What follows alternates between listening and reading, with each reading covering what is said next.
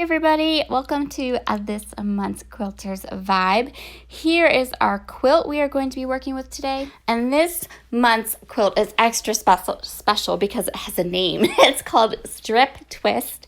It's from Bonnie Hunter, and she is actually maybe watching because she was really interested in what we were doing and she wanted to see how we recreated her quilt, which I think is so cool and fun. So Bonnie, if you're watching, hello, love quilters. Anyway, I started by grabbing some of my very favorite starch white speckle tone cardstock from the Cardstock Warehouse. I cut it into 6 4x4 squares. Those are going to be just kind of like the base for my quilt paper quilt blocks.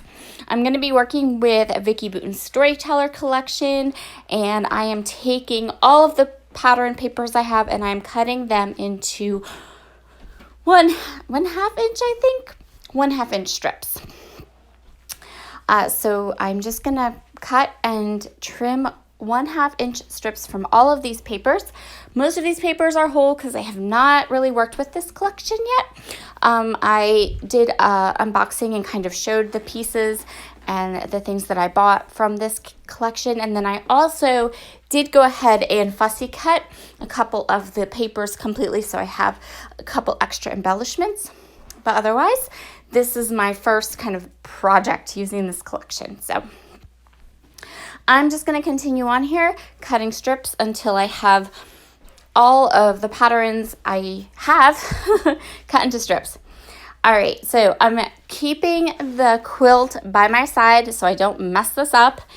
I'm going to use my Tim Holtz mat, and I'm going to use it to help me as a guide. This is the glass mat. I'm going to create a couple of guidelines with a pencil here, and I'm just making an X. That'll help me find the center of each of my squares, and then I can go ahead and start creating the strips that with the pattern paper to create the quilt blocks.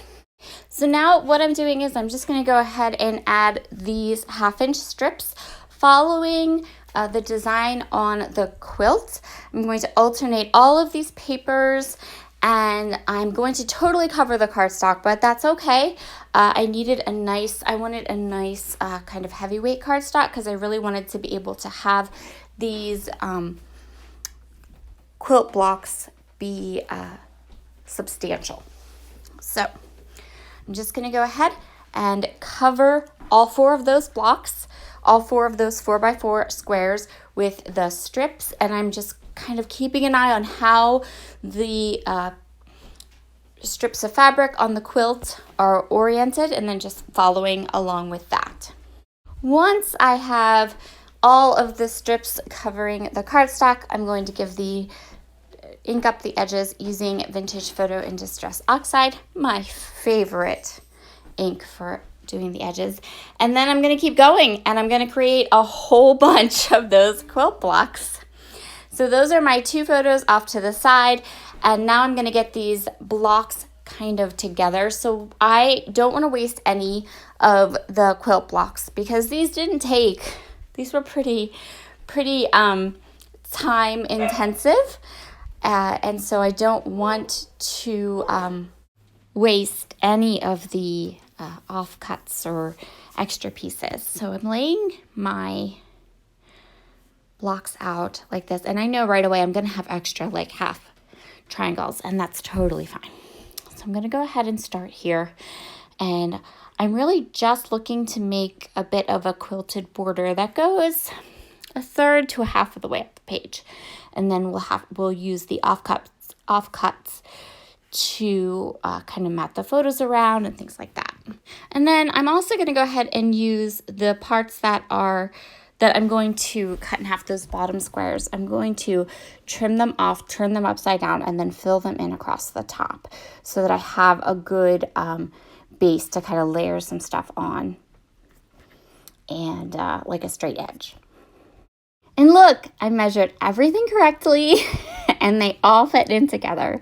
That is the best part for me when I have measured things correctly. I just gotta say. All right, so I do have a couple of little pieces here. I'm going to use them, not there, you'll see. I grabbed 2 of the borders that I fussy cut from one of the papers. I'm going to use this border just to kind of finish off the edge of where the quilt pieces are. And then I'm going to kind of play around a little bit. I'm going to put my title on that second strip. And the strip is at the top right now, but I'm going to move it to the bottom. I just decided that I like the idea of moving my photos kind of up a little bit and putting that border strip underneath the first one, because I'm really liking the way this looks with the photos and the leftover quilt pieces. So I'm going to go ahead and get all of this taped down. And then I'm going to go ahead and add my title, which is going to be Best Dog Dad Ever.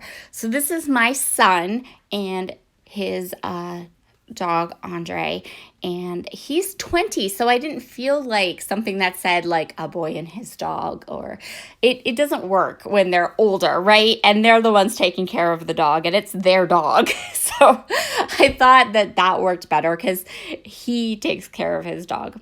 So now I'm going to take some of these fussy cut leaves and I'm going to go ahead and place them around. Initially, that I had considered the idea of using the puffy stars that came in the collection, but honestly, I ended up liking the organic look of the leaves more for this particular layout.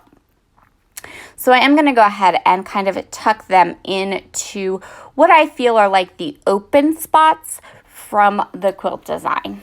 So I want the quilt design to kind of be finished at the top, but I know that I don't want those gaps, those little like gaps. I am working on a piece of speckle tone cardstock. Surprise, surprise. This is from the Cardstock Warehouse. This is the Craft Speckle Tone, this is the first time I've used it as a background, and I love it. It's gorgeous. And now I am taking some Woodland Green Nuvo drops and adding just a little hint of green here and there around the layout.